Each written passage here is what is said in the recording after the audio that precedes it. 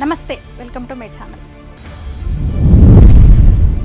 నిరుద్యోగం పెరిగిపోతుంది. అందరికీ ఉపాధి చూపించాలి. కొత్త పరిశ్రమలు పెట్టాలి. ఏంటి కొత్త పరిశ్రమ పెట్టడానికి మేము ఒప్పుకోం. పరిశ్రమల వల్ల కాలుష్యం, సామాన్య ప్రజల ఆరోగ్యం గురించి పట్టించుకోకుండా దేశ సంపదను కార్పొరేట్స్కి కట్టబెడతారా? అందుకేనా ఈ పరిశ్రమ? అంబానీ ఆదానీ కోసమే కదా ఈ భూసేకరణ. మేము దీన్ని ప్రతిఘటిస్తాం. Down government. దేశంలో విద్యుత్ కొరత వల్ల చిన్న పరిశ్రమలు మూతపడుతున్నాయి. సామాన్యులు విద్యుత్ కొరతతో ఇబ్బందులు ఎదుర్కొంటున్నారు. రైతుల పొలాలకు నీరు అందించలేకపోతున్నారు. అందుకే విద్యుత్ కావాలి. ఏంటి ఎలక్ట్రిసిటీయా? థర్మల్ విద్యుత్ వల్ల కాలుష్యం పెరుగుతుంది. అణు విద్యుత్ వల్ల ప్రజల ప్రాణాలకే హాని. ఈ విద్యుత్ కేంద్రం పెట్టడానికి మేము ఒప్పుకోబోం. సామాన్య ప్రజల ప్రాణాలు పణంగా పెట్టి అంబానీ ఆదానీల కంపెనీల కోసమే ఈ విద్యుత్ కేంద్రం. We oppose.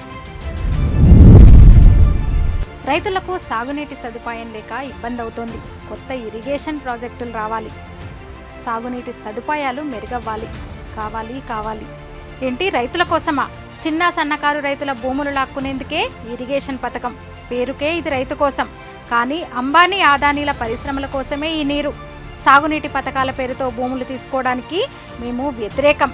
We oppose.